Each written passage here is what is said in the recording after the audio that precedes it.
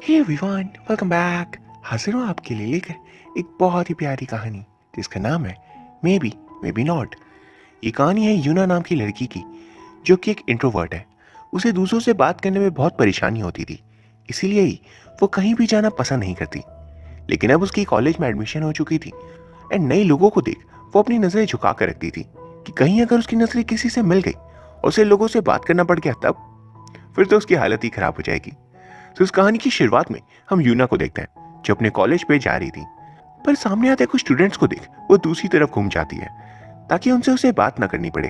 तभी वो हमें बताती है कि वो दूसरे शहर से है और ये शहर भी उसके लिए बिल्कुल नया है। वो लोगों से बात तो नहीं कर पाती, लेकिन क्योंकि वो एक फ्रेशर है तो वो बताती है कि आज उसे गैदरिंग में जाना होगा। वो नहीं जाना चाहती है, लेकिन वो गैदरिंग एक छोटी पार्टी के जैसी थी एंड फ्रेशर्स के लिए मैंडेटरी, इसलिए उसे जाना ही होगा। अगली सीन हम देखते हैं, वो पार्टी चली रही थी और वहाँ पे यूना भी बैठी हुई थी, लेकिन वो कुछ भी नहीं बोलती। यूना भी बताती है कि वो लोगों के पास बिल्कुल नहीं रह पाती। ऐसा इसीलिए क्योंकि उसके पास एक बहुत अजीब सी पावर है, वो दूसरों के थॉट्स को सुन सकती है। एंड हम देख पाते हैं यूना वहाँ बैठे सभी लोगों के थॉट्स को सुन पा रही थी और ये उसे बिल्कुल भी अच्छा नहीं लग रहा था। वहाँ पे सभी लोग ट्रूथ एंड डेयर खेल रहे थे।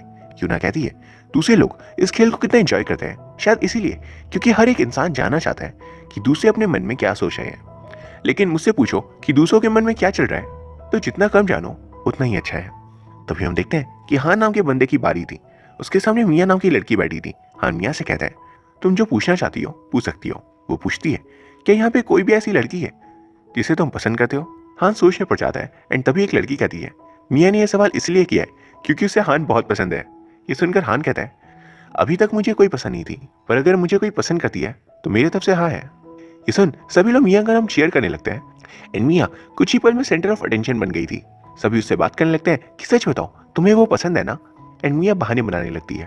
वहीं पे यूना मिया की मन की बातें सुन लेती है, जहाँ पर वो मनी मन कह रही थी हान कितना ज्यादा एक्साइटेड हो गया है, क्या बात है। वो कहती है कि उसने तो जानबूझकर ऐसा सवाल किया था ताकि मिया उसके जवाब के कारण सेंटर ऑफ अटेंशन बन जाए। एंड बिल्कुल ऐसा ही हुआ।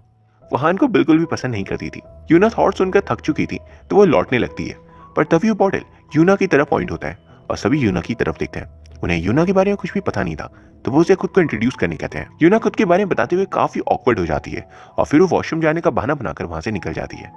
कुछ देर बाद हम देखते हैं कि यूना बाहर बैठी हुई थी, उसे काफी ज्यादा ठंड लग रही थी। यूना ने अपने कोट को गलती से अंदर ही छोड़ दिया था और इसीलिए वो घर भी नहीं जा पा रही थी। अंदर पे हम जिन नाम की लड़की को देखते हैं जो यूना की कोर्ट की तरफ देख रहा था। उसे समझ आता है कि यूना घर नहीं गई होगी और फिर वो बाहर आता है और यूना को उसका कोट ला कर देता है। पहले जिन सोच रहा था कि कहीं यूना को अजीब ना लगे कि वो उसके कोट को बाहर लेकर आ गया, लेकिन जब यूना उसे कोट ले लेती है तो उसे रिलीफ मिलता है कि चलो उसने सही किया। यूना खुद के मन में कहती है मुझे तो ये बहुत ही गुस्से वाला लग रहा था, लेकिन ये तो बहुत ही प्यारा इंसान है। फिर वो दोनों साथ ही लौटते हैं एंड यूना मनी मन सोच रही थी कि वो उसे बात कैसे करे। दूसरी तरफ जिन भी यही सोचा था कि क्या उसे कुछ कहना चाहिए। इसी पे यूना कहती है हम दोनों एक ही एरिया में रहते हैं। जिन कहता है सिर्फ मैं और तुम ही नहीं, बल्कि कॉलेज के 90% बच्चे इसी एरिया में रहते हैं क्योंकि कॉलेज यहाँ से बहुत पास है। ये बोलकर वो सोचने लगता है क्या मैंने र्यूडली जवाब तो नहीं दे दिया ना। दोनों ही बहुत ही ज्यादा इंट्रोवर्ट थे एंड ओवर थिंकर भी। अगले दिन क्लास में इंटर करते वक्त यूना देखती है कि हान मिया और बाकी स्टूडेंट्स आपस में बात कर रहे हैं। उन्हें देख उसकी हालत खराब हो जाती है कि वो उन्हें इग्नोर करे या फिर उनसे बात करे। फिर वो ईयरफोन्स लगाकर अंदर चली आती है। उसे देखकर हान हेलो करता है, लेकिन वो सुन नहीं पाती और पीछे जाकर बैठ जाती है। हान की बात थोड़ी अजीब लगती है। एंड अगली सीन हम देखते हैं कि जिन क्लास में एंटर करता है और जाकर यूना के पास बैठ जाता है। उसे देख यूना सोचती है इतनी सारी सीट्स खाली थी, लेकिन फिर भी जिन मेरे पास ही क्यों आकर बैठा। वो जिन की तरफ ही देखने लगती है और मनी मन कहती है आखिर ये मेरे प्रति इतना अच्छा क्यों है। कल भी इसने मेरे कोट को लाकर दिया, जबकि इसे ऐसा करने की कोई जरूरत नहीं थी, फिर भी इसने मेरी मदद की और तो और मुझे घर तक भी छोड़ा। A day in a life of a average overthinker. हो सकता है कि मुझे पसंद करता हो। और वो क्लास में एक्साइटमेंट में जोर से हंसने लगती है तो आगे वाली स्टूडेंट उसकी तरफ देखती है एंड यूना बिल्कुल चुप हो गई थी। फिर वो कहती है कोई नहीं, मैं तो इसकी माइंड रीड कर सकती हूँ, उससे पता चल ही जाएगा कि मेरे बारे में क्या सोचता है। वो कोशिश करती है पर उसे कुछ सुनाई देता ही नहीं। वो अपने कान लगाकर जिन के और करीब जाती है, लेकिन उसे कुछ भी सुनाई देता ही नहीं। और जिन उसे देख लेता है कहता है ये क्या कर रही हो तुम। तब यूना कहती है ये पहला इंसान है जिसके माइंड को मैं रीड नहीं कर पा रही हूँ, आखिर ऐसा क्यों। फिर उसे लगता है कि शायद वो जिन के माइंड को इसलिए रीड नहीं कर पा रही क्योंकि हो सकता है जिन के पास भी माइंड रीडिंग की एबिलिटी हो। फिर यूना अपने मन में कहती है जिन अगर तुम भी मेरी तरह मन की बातों को सुन सकते हो तो प्लीज मेरी तरफ देखो। लेकिन जेन टीचर की तरफ ही देख रहा होता है। अगली सीन में टीचर सभी बच्चों को एक ग्रुप प्रेजेंटेशन बनाने का टास्क देकर जाते हैं। यूना सोचती है आखिर वो क्या करेगी, वो तो किसी को जानती तक नहीं। तभी वहां पे हान आता है जिनसे बात करें प्रेजेंटेशन के बारे में। यूना को देख वो सोचता है कि इसने तो मुझे इग्नोर किया था, मैं भी इसे क्या बात करूं। ये बात यूना सुन लेती है और वो तुरंत हान से माफी मांगती है और बताती है कि वो उसे इग्नोर नहीं करना चाहती थी। वो दरअसल उसने ईयरफोन्स लगा रखे थे, इसलिए उसने ध्यान नहीं दिया। हान कहता है ये तो कमाल हो गया, अभी मैं जो मन में सोच रहा था ये इसे पता कैसे चल गया। वो कहता है क्या तुम प्रोफेसर एक्स हो, एक्समैन वाली, तुम तो माइंड रीड कर सकती हो।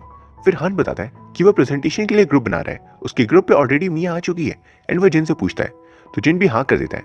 फिर हान जाने लगता है तो जिन उससे रोकता है और यूना से पूछता है क्या तुमने टीम बना ली। वो कहती है नहीं। तो जिन यूना को भी टीम में शामिल करने के लिए कहता है। अगली सीन में वो सभी एक कैफे पे बैठकर अपना टास्क डिसाइड कर रहे थे। जिन और यूना को रिसर्च का टास्क मिला था तो हान उनसे कहता है कि तुम दोनों प्लीज इस सैटरडे तक रिसर्च करके बता देना। और तभी यूना को याद आता है कि उसे सैटरडे को तो अपनी मॉम से मिलने जाना है। वो उन्हें बताती है कि उससे एक जरूरी काम है, वो मंडे तक रिसर्च प्रेजेंट कर देगी। हान कहता है कोई बात नहीं। तभी मिया कहती है अगर सैटरडे तक मुझे रिसर्च पेपर मिल जाते तो मैं अपना काम भी शुरू कर पाती, वरना टाइम पे नहीं दे पाऊंगी मैं। और फिर वो मन में सोचती है क्या कि यूना तो किसी को जानती तक नहीं, फिर उसे ऐसा क्या काम होगा, ये नई नई आई है और इसके नखरे देखो। ये सब सुनकर यूना को लगने लगता है कि जिन भी तो उसके बारे में ऐसे ही सोच रहा होगा। एंड वो उसके माइंड को रीड नहीं कर सकती थी, इसलिए वो जिन की तरफ देखती है और इमेजिन करने लगती है कि जिन भी उसे यही बोल रहा है यूना तुम बहुत मतलबी हो, तुम्हें सिर्फ खुद की परवाह है, टीम की बिल्कुल भी नहीं। ये सब सुनकर और सोचकर यूना बोल देती है मैं सैटरडे को दे दूंगी। Average overthinker. वो कहती है मैंने प्लान कैंसिल कर दिया है, प्लीज मुझे मेरी बातों के लिए माफ कर देना। ये सुनकर मिया और हान खुश हो जाते हैं। एंड अब सैटरडे आ चुका था। हान और मिया जिन और यूना के रिसर्च को देख काफी इंप्रेस हो गए थे, स्पेशली यूना के रिसर्च को देखकर। हान मिया से कहता है कि प्लीज अब पीडीएफ बनाने का काम तुम्हारा है, हमें इसे अगले मंडे को प्रेजेंट करना है, इसलिए तुम प्लीज फ्राइडे तक कम से कम हमें बनाकर ये दिखा देना। तभी मिया कहती है कि उसे थर्सडे को कुछ काम है और फ्राइडे उसे एक पार्टी पे जाना है, इसलिए वो फ्राइडे तक नहीं आ पाएगी। एंड हो सकता है कि वो मंडे तक भी ना दे पाए। वो फिर ये भी कहती है क्या तुम लोगों में से कोई मेरी हेल्प कर सकता है। एंड तभी उसका ध्यान यूना पे जाता है। वो कहती है यूना क्या तुम प्लीज मेरी हेल्प कर दोगी, तुमने रिसर्च भी बहुत अच्छी की थी, इसलिए प्लीज तुम मेरी हेल्प कर दो, मैं जानती हूँ तुम बहुत अच्छा करोगी। इसी बात पे यूना सोचने लगती है इस हफ्ते उसे अपनी मॉम से मिलने जाना था, अगर वो काम पे लगी रही तो इस हफ्ते भी वो नहीं जा पाएगी। लेकिन अगर उसने यहाँ पर ना बोला तो वो दोबारा इनकी नजरों में बुरी ना बन जाए। ये सारी बात सोचने के बाद वो फाइनली हाँ कर देती है। तो बिजन कहता है कि यूना ये काम नहीं कर पाएगी। वो कहता है तुम लोगों को पता भी है पिछली बार भी यूना ने अपने एक बहुत इंपॉर्टेंट काम को छोड़कर रिसर्च पेपर बनाया। एंड तभी हमें दिखाया जाता है कि लास्ट वीक यूना जब अपनी मॉम से फोन पे बात करी थी कि सैटरडे को उसकी मॉम का बर्थडे था और वो उनसे मिलने नहीं पाएगी, तब जिन ने उसे बात करते हुए सुन लिया था। और फिर जिन मिया से कहता है कि इस बार मिया तुम्हारी बारी है, तो तुम्हें इसे टालने की जरूरत नहीं है, तो तुम्हें इसे खुद ही करना होगा। तुम इस टीम का हिस्सा हो और अगर नहीं कर सकती हो तो तुम टीम को छोड़ भी सकती हो। मिया कहते सॉरी, मेरा वो मतलब नहीं था, प्लीज मुझे गलत मत समझना। तभी जिन यूना की तरफ दिखता है और इशारों इशारों में कहता है कि जो बात है वो तुम उन्हें बता दो ना, चुप रहने से काम नहीं चलेगा। तभी यूना उन्हें बताती है कि आज एक्चुअली उसकी मॉम का बर्थडे है, वो उनसे मिलने जाना चाहती थी लेकिन नहीं जा पाई क्योंकि उसे काम कंप्लीट करना था और इसीलिए वो अगले हफ्ते उनसे मिलने जाना चाहती है। ये सुनकर वो दोनों यूना से माफी मांगते हैं। एंड मिया कहती है मैं इसे खुद कर लूंगी पक्का। अपनी बातें बताने के बाद यूना को बहुत अच्छा लगता है और वो सोचती है ये तो अच्छी बात है कि लोगों ने मेरी बातें सुनी और उसे समझी भी, अब मैं इनकी नज़र में कोई बुरी इंसान नहीं बनी हूँ। अगले दिन हम देखते हैं कि यूना एक जूस लेकर खड़ी थी। वो जिन के आने का इंतजार करी थी और प्रैक्टिस करी थी कि वो जिन को ये जूस देगी ऐसा थैंक यू, क्योंकि उसके कारण ही वो हान और मिया को अपनी बातें बता पाई। फिर वहां पे जिन आ जाता है और उसे जूस ले लेता है एंड कहता है थैंक यू। एंड कहता है थैंक्स बोलने की कोई जरूरत नहीं है। वो ये भी कहता है तुम्हें खुद की बातों को अच्छे से समझाना सीखना होगा, तुम ये एक्सपेक्ट नहीं कर सकती कि अगर तुम कुछ नहीं बोलोगी तो लोग तुम्हें समझ जाएंगे, ऐसा कभी नहीं होने वाला। और ये भी मत सोचना कि अगर तुम्हें अपनी बातों को बताया तो कोई तुम्हें बुरा समझेगा, ऐसा बिल्कुल नहीं है।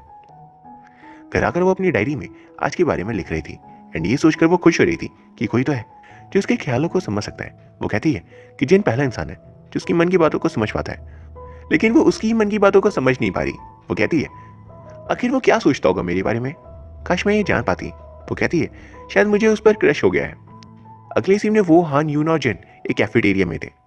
जहान कहता है मुझे लगता है कि मिया को मैं पसंद हूँ, मैं आज उसे फिल्म देखने ही चलने के लिए पूछूंगा। यूना उसे बताती है ऐसा नहीं है। तभी हमें कल क्या हुआ ये दिखाया जाता है। एक बार हान के हेल्प के लिए मिया ने उसे लेमनेड दिया था। फिर क्लास में हान को मिया ने अपनी नोटबुक यूज करने दी थी एंड हान को ये देख लगने लगा कि मिया को उसकी चिंता है। पर यूना ने मिया के माइंड को रीड कर लिया था। दरअसल लेमनेड का स्वाद खराब था, इसलिए उसने हान को दिया, और क्लास में उसे नोट्स नहीं बनाने थे, इसलिए उसने अपनी नोटबुक हान को दे दी थी। उसे बिल्कुल भी हान की कोई परवाह नहीं थी, लेकिन बेचारे हान को लग रहा था कि मिया उसे पसंद करती है। यूना वहां पर उसे समझाने की थोड़ी कोशिश करी थी, पर वो मानता ही नहीं और मिया से फिल्म के लिए पूछने चला जाता है। अगले सीन हम देखते हैं कि जिन जा चुका था और हान वापस आता है, एक रोता हुआ शक्ल लेकर, क्योंकि मिया ने उसे मना कर दिया। हान यूना को वो टिकट्स देता है और कहता है तुम चली जाना जिन के साथ, लेकिन मिया सोचती है कि अगर उसने जिन से ये पूछा तो कहीं जिन नाराज ना हो जाए, कहीं वो बहुत बड़े बड़े सपने तो नहीं देख रही। अब अगली सुबह हम देखते हैं कि जिन ने यूना को कॉल किया था ताकि यूना जल्दी जाग सके। ये देख यूना सोचती है हो सकता है जिन उसे सच में पसंद करता है, क्योंकि यूना परेशान थी कि वो सुबह जाग नहीं पाती, इसलिए ही जिन ने बोला था कि वो उसे जगा दिया करेगा। क्लास में हम देखते हैं कि जिन यूना के लिए लेमनेड लेकर आया था। फिर यूना टेक्स्ट बुक लाना भूल गई थी, तो वो उसे अपनी बुक दे देता है। ये देख यूना को याद आता है ऐसा ही सेम तो मिया ने भी हान के साथ किया था, कहीं मैं भी गलतफहमी में तो नहीं कि जिन को मैं पसंद हूँ पर इसलिए में ऐसा कुछ भी ना हो। फिर वो जिन की बुक पे इंपॉर्टेंट पॉइंट्स मार्क करी थी और वही जिन सो गया था। यूना ये देख उसे ही देखने लगती है और कहती है जिन के मन में जो भी हो, लेकिन अभी तो मैं उसे देखने से खुद को रोक नहीं सकती। फिर क्लास जब खत्म हो जाती है तो वो जिन को जगाती है और उससे पूछती है क्या तुम मेरे साथ इस सैटरडे मूवी चल सकते हो। वो कहता है इस सैटरडे उसे कोई काम है। वो पूछती है अगले सैटरडे चले। वो कहता है अगले सैटरडे भी काम है। यूना कहती है कोई बात नहीं। यूना कहती है तो इस मंथ के एंड में। वो कहता है तब भी काम है। तो वो कहती है अगले साल चलोगे। वो कहता है तब भी काम है। एंड इसके बाद वो कह रहा था पर इतने दिनों बाद जाना ही क्यों है, हमें सैटरडे तक का इंतजार करना ही नहीं चाहिए, हम कल चलते हैं। ये सुनकर यूना की खुशी का ठिकाना नहीं रहता। एंड अगले दिन यूना तैयार होते हुए सोच रही थी आखिर फिल्म देखते वक्त वो क्या करेंगे। ऑफकोर्स फिल्म देखेंगे, लेकिन वो मनी मन सोच रही थी कोरियन ड्रामास में जैसा होता है अगर वैसा हुआ तो मजा ही आ जाएगा। वो सोच सोच कर खुश हो ही रही थी। एंड फिर वो तैयार होकर निकलने ही वाली थी कि तभी जिन का उसे कॉल आता है। वो उसे माफी मांगता है कि आज वो नहीं आ पाएगा क्योंकि उसे बहुत जरूरी काम आ गया है। यूना सोचती है कि उसने क्या क्या सपने देख लिए थे और अब उनमें से कुछ भी नहीं हो पाएगा। फिर वो अकेले फिल्म देखने चली जाती है और वहां से अकेले ही खाने के लिए भी चली जाती है। उसे देख सर्व करने वाला बंदा मन में कहता है ये कैसी लड़की है, यहाँ अकेले कौन आता है। ये सुनकर गुस्से में यूना बहुत सारा खाना ऑर्डर कर लेती है। एंड वहीं पे यूना की कुछ और क्लासमेट्स भी थे, वो उसे देख हंस रहे थे एंड उसकी वीडियो बनाकर वो सोशल मीडिया पे पोस्ट कर देते हैं। ये लिखकर कितनी अजीब है, इतना सारा खाना अकेले कौन खाता है। जिन ये फोटो देख लेता है वो तुरंत अपना सारा काम छोड़कर यूना के पास आ जाता है। उसे देख यूना हैरान और खुश दोनों थी। फिर वो उसे क्लब में लेकर आता है। वहां वो उसे पूछता है तुम्हें क्या खाना है। यूना मन में सोचती है कि सारी चीजें ही अच्छी है, ऑर्डर क्या करूं मैं। फिर वो जिन से पूछती है ये अच्छा लग रहा है। जिन सभी पे हाँ कहता है और यूना को देख स्माइल कर रहा था। वो यूना को लगता है कि उसने मेरा माइंड तो नहीं पढ़ लिया ना। अब यूना ने बहुत ज्यादा ड्रिंक्स कर ली थी और वो जिन से कहती है मेरी हमेशा हेल्प करने के लिए बहुत बहुत शुक्रिया, तुम बहुत ही अच्छे हो। वो कहती है मैं तुम्हें एक सीक्रेट बताऊं, मैंने एक्चुअली लोगों की माइंड को रीड कर सकती हूँ, लोग जो भी सोचते हैं वो मैं सुन सकती हूँ। जिन कहता है फिर मेरे माइंड में क्या चल रहा है ये रीड करके बताओ। यूना कुछ बोल नहीं पाती। तभी जिन कहता है पता है मैं भी तुम्हारे माइंड को रीड कर सकता हूँ। और ये सुनकर यूना हैरान रह जाती है। घर आकर वो पुरानी बातें सोचने लगती है कि जब भी वो जिन के साथ थी हमेशा वो जिन के बारे में कुछ ना कुछ मन में बोलती थी, और वो सब याद कर एम्बैरेस फील करने लगती है कि जिन ने उसकी सारी बातें सुन ली होगी। तभी जिन को उसे मैसेज आता है कल लंच पे चलने के लिए। पहले वो मना करने का सोचती है, फिर वो सोचती है कल वो जरूर जाएगी और टेस्ट करेगी जिन सच में उसकी मन की बातें सुन भी सकता है या नहीं। अगले दिन वो दोनों रेस्टोरेंट पे थे एंड यूना को जो खाना था उसी डिश को जिन ऑर्डर करता है। फिर वे कैफे में थे, वहां पर जिन उसी ड्रिंक ऑर्डर करता है जो यूना को चाहिए थी। अगले सीन में यूना उसे बोल रही थी ये बिल्कुल गलत बात है, तुम्हारे पास स्पेशल पावर्स है, तुम मेरे माइंड को रीड कर सकते हो पर मैं नहीं कर सकती। जिन उससे कहता है क्या किसी के माइंड को रीड करने के लिए स्पेशल पावर्स का होना जरूरी है। मैं बिना पावर्स के भी तुम्हें क्या पसंद है और क्या ना पसंद वो बता सकता हूँ। वो पूछती है लेकिन कैसे। वो कहता है क्योंकि मुझे तुम बहुत अच्छी लगती हो एंड मैं तुम्हारी हर एक छोटी से छोटी डिटेल को भी नोटिस करता हूँ। इसके बाद हमें दिखाया जाता है जब जिन यूना के साथ होता था उसका ध्यान हमेशा यूना पे ही रहता था कि वो कहाँ देख रही है, क्या चाहती है, और उसके एक्सप्रेशंस को देखकर ही वो यूना के बारे में सब कुछ समझ जाया करता था। उसके पास कोई भी स्पेशल पावर नहीं थी, एंड ये सुन यूना बहुत खुश हो जाती है कि उसे जो चाहिए था वो आखिरकार उसे मिल ही गया।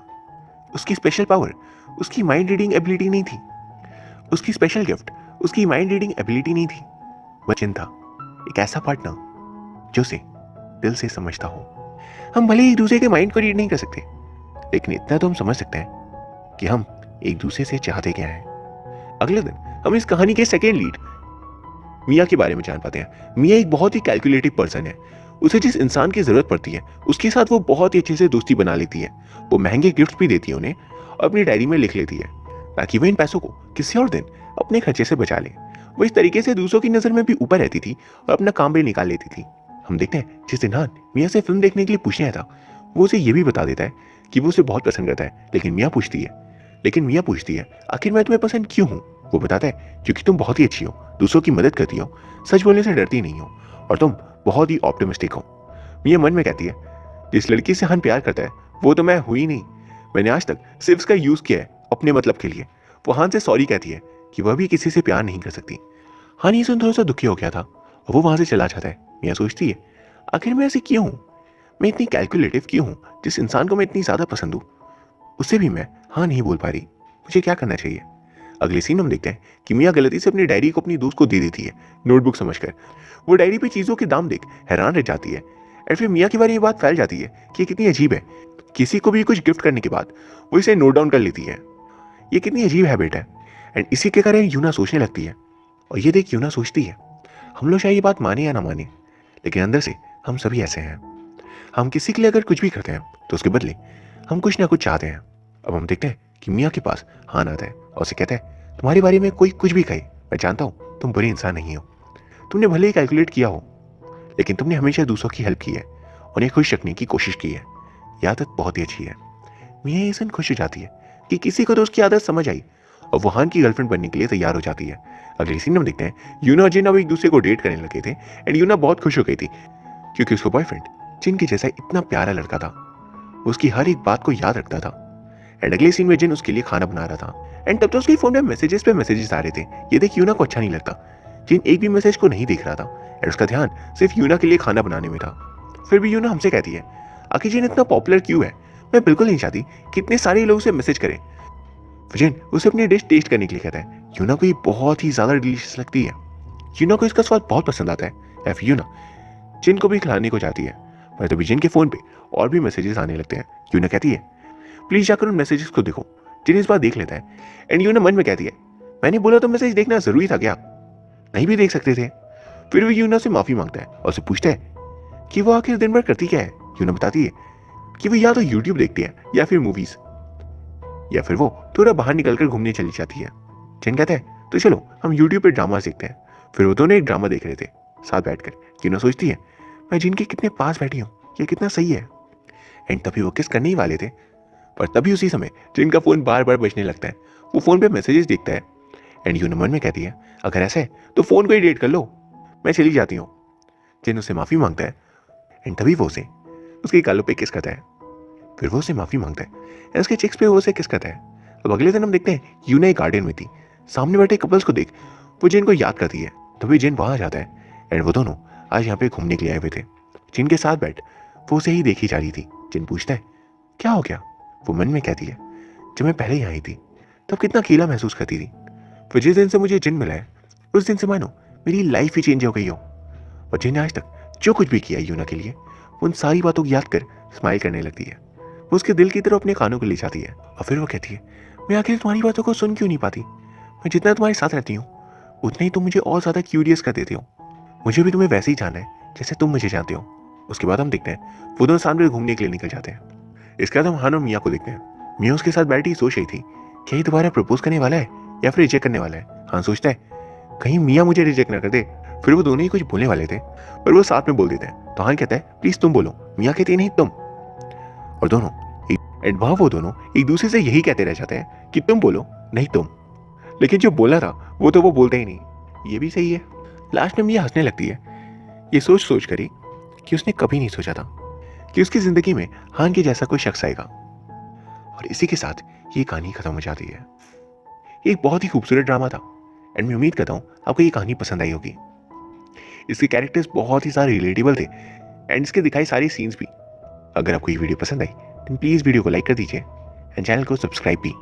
Thank you very much for watching, see you soon.